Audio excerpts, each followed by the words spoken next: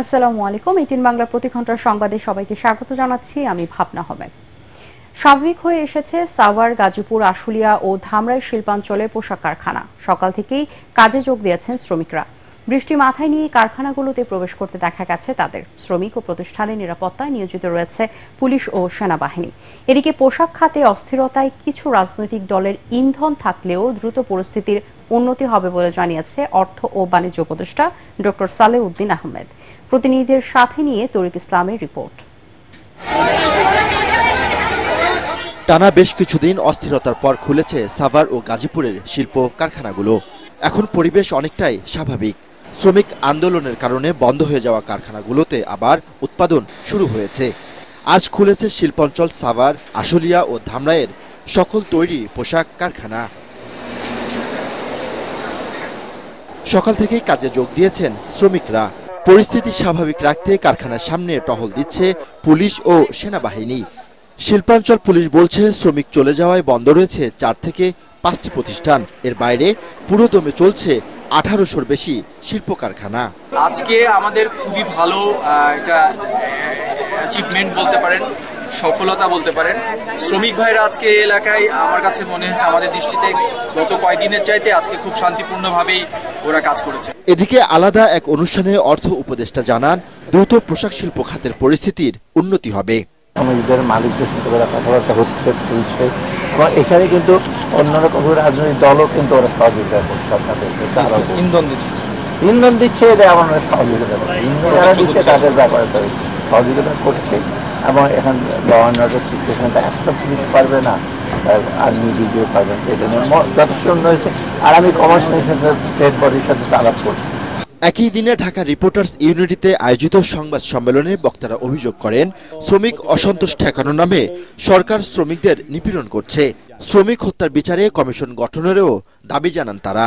আমরা অন্তর্বর্তী সরকারের বক্তব্য কিংবা তাদের যে ভূমিকা, সেটা আগের সরকারের মতোই একইভাবে সমস্ত আন্দোলনকে চক্রান্ত, বহিরাগত এইগুলি বলে এবং তাদের উপর তাদের বিরুদ্ধে অভিযান চালানো, এইটা অব্যাহত আছে।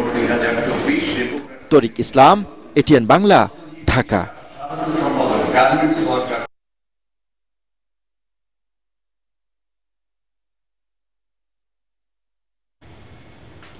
সরকারি চাকরিতে প্রবেশের বয়সসীমা 35 করার দাবিতে রাজধানীর শাহবাগ মোড় অবরোধ করে বিক্ষোভ করছেন চাকরি প্রত্যাশীরা।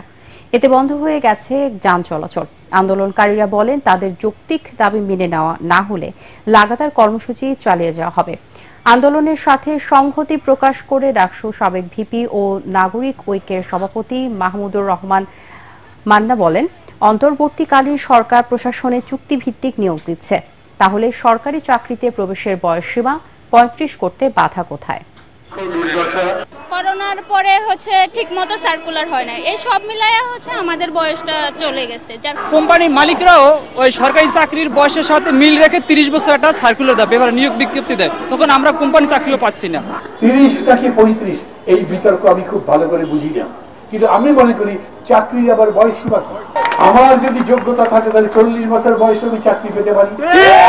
একজন সামরিক বাহিনীর অফিসার, একজন আমলা নিজেরা চাকরি শেষ করবার পরে যদি আবার চুক্তি ভিত্তিতে নিয়োগ পেতে পারে, তাহলে এই তরুণ যারা ইতিহাস তৈরি করবো তারা পাবে না কেন? দর্শক, এই মুহূর্তে শাহবাগ প্রজন্ম চত্বরে আছেন আমাদের সহকর্মী মনির হোসেন তপু। আমরা সরাসরি চলে যাচ্ছি তার কাছে। তপু, শাহবাগের পরিস্থিতি এখন কেমন দেখছেন এবং আন্দোলনকারীরা আসলে এখন কি বলছেন?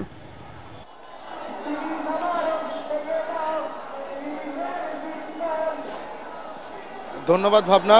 আপনাকে জানিয়ে রাখি, সরকারি চাকরিতে বয়সসীমা 35 করার দাবিতে সকাল থেকে শাহবাগে অবস্থান করে আন্দোলন করছেন আন্দোলনকারীরা। তবে সর্বশেষ তাদের যে সমন্বয়ক রয়েছেন রাসেল আল মাহমুদ, তিনি আমাদের গণমাধ্যম কর্মীদেরকে জানিয়েছেন যে বিকেল 5টা নাগাদ পর্যন্ত তারা এই শাহবাগে এখানে অবস্থান করে আন্দোলন করবেন, সরকারের পক্ষ থেকে কোনো প্রতিনিধি দল এখানে না আসা পর্যন্ত। তবে তিনি আরেকটি বিষয় আমাদেরকে জানিয়েছেন, একই সাথে সরকারের প্রতিনিধি দল ছাড়াও যদি তাদের প্রতিনিধি দলের সাথে যদি উপদেষ্টা মণ্ডলীর সদস্য যারা রয়েছেন তারা যদি বৈঠক করে একটি যৌক্তিক সমাধানের নিশ্চয়তা দেন, সেক্ষেত্রে তারা এই আন্দোলন থেকে সরে আসবেন। এছাড়া তারা বলছেন যে সকাল থেকে যেহেতু তারা এখানে অবস্থান নিয়ে শান্তিপূর্ণ কর্মসূচি এখানে পালন করছেন, তবে এখানে শাহবাগ যেহেতু রাজধানী সবচেয়ে গুরুত্বপূর্ণ একটি মোড়, সে কারণে আমরা দেখতে পাচ্ছি যে এখানে যানবাহনগুলো বন্ধ থাকার কারণে যারা কর্মজীবী যারা মানুষ রয়েছেন তারা চরম ভোগান্তিতে পড়েছেন। এছাড়া এখানে গুরুত্বপূর্ণ কয়েকটি হাসপাতাল থাকার কারণে এখানে রোগীদের নানা সমস্যার মধ্যে পড়তে হচ্ছে যানজটের কারণে। এছাড়া তারা আমরা যেটি দেখছি যে জরুরি পরিবহন সহ অ্যাম্বুলেন্স যেগুলো আসছে সেই গাড়িগুলোকে তারা ছেড়ে দেওয়ার জন্য ব্যবস্থা করছেন এবং তারা আপনি দেখতে পাচ্ছেন পুরো শাহবাগ জুড়ে এখানে তারা চারোদিকে ছড়িয়ে ছিটিয়ে অবস্থান করছেন এবং প্রতিটি মোচরের প্রতিটি গলি তারা সেখানে অবস্থান করে অবরোধ করে রেখেছেন। আর তারা বারবার আমাদেরকে একটি বিষয় নিশ্চিত করেছেন যে তাদের দাবি আদায় না হওয়া পর্যন্ত তারা এই আন্দোলন চালিয়ে যাবেন, কেননা এই আন্দোলন শুধু নতুন নয়, এর বিগত কয়েক বছর ধরে তারা এই সরকারি চাকরির বয়সসীমা 35 করার জন্য তারা আন্দোলন করছেন। সেই কারণে তারা এবার অনেকটা শান্তিপূর্ণভাবে তারা এই কর্মসূচি চালিয়ে যাওয়ার ঘোষণা দিচ্ছেন। যে ভাবনা, এই ছিল আমার কাছে শাহবাগ থেকে সবশেষ খবর। তপু, আপনাকে ধন্যবাদ। গণভবনকে জুলাই অভ্যুত্থানের স্মৃতি জাদুঘর করে শিগগিরই জনগণের জন্য উন্মুক্ত করে দেওয়া হবে বলে জানিয়েছেন ডাক, টেলিযোগাযোগ ও তথ্য প্রযুক্তি উপদেষ্টা নাহিদ ইসলাম। সেই সঙ্গে গত 16 বছরে আওয়ামী লীগ সরকারের স্বৈরাচারী শাসন, গুম, খুন, নির্যাতনের চিত্র স্থান পাবে জাদুঘরে। গণভবন পরিদর্শন শেষে সরকারের উপদেষ্টারা জানান, অন্তর্বর্তী সরকারের প্রধান উপদেষ্টা ডক্টর মোহাম্মদ ইউনূস যমুনাতেই থাকবেন। গণভবন নামে এই যে বাসভবনটি, প্রধানমন্ত্রীর বাসভবনটি ছিল, আর সেটিকে জুলাই গণঅভ্যুত্থানের স্মৃতি জাদুঘরে রূপান্তর করা হবে। এবং যেহেতু 36শে জুলাই অথবা 5ই আগস্ট জনগণ এইটি জয় করেছে এবং অনেক রক্তের এবং আত্মত্যাগের ভিতর দিয়ে আমরা কিন্তু এই 5ই আগস্টের মুহূর্তটি পেয়েছি, ফলে সেটি জনগণের জন্য উন্মুক্ত করে দেওয়া এবং জনগণের বিজয়কে ধারণ করে রাখার উদ্দেশ্যেই এই গণভবনকে জাদুঘরে পরিণত করা হবে। বাংলাদেশের সার্বভৌমত্ব নয়, ভারত আওয়ামী লীগের জমিদারি পুনরুদ্ধারে কাজ করছে বলে মন্তব্য করেছেন বিএনপির সিনিয়র যুগ্ম মহাসচিব Ruhul Kabir Rizvi. Nurses association of বাংলাদেশের প্রতিষ্ঠা বার্ষিকী উপলক্ষে রাজধানীর চন্দ্রিমা উদ্যানে বিএনপির প্রতিষ্ঠাতা জিয়াউর রহমানের সমাধিতে শ্রদ্ধা নিবেদনের পর তিনি এ কথা বলেন। বাংলাদেশ নিয়ে ভারতের প্রতিরক্ষা মন্ত্রীর বক্তব্য উদ্বেগজনক দাবি করেন রিজভী। এ সময় তিনি বলেন, 2009 সালে পিলখানা হত্যাকাণ্ডের প্রকৃত রহস্য উন্মোচিত হতে শুরু করেছে। এই ঘটনায় বিদেশি হস্তক্ষেপ ছিল না, তা পূর্ণ তদন্তে বেরিয়ে আসবে। পিলখানা হত্যাকাণ্ডের মতো ঘটনা, এইটা নিয়ে সংশয় দীর্ঘদিনের, এটা কারা ঘটিয়েছে? আজকে কিন্তু প্যান্ডোরার বাক্স খুলতে শুরু করেছে। এটা যদি আবারও সুষ্ঠু তদন্ত করা হয় তাহলে অনেক নতুন জিনিস বেরিয়ে আসবে। বাংলাদেশের জনগণ, বাংলাদেশের স্বাধীনতা, বাংলাদেশের সার্বভৌমত্ব আপনাদের কাছে তো মোটেই নিরাপদ নয়। আপনাদের কাছে শুধু একজন মাত্র ব্যক্তি নিরাপদ, তিনি শেখ হাসিনা।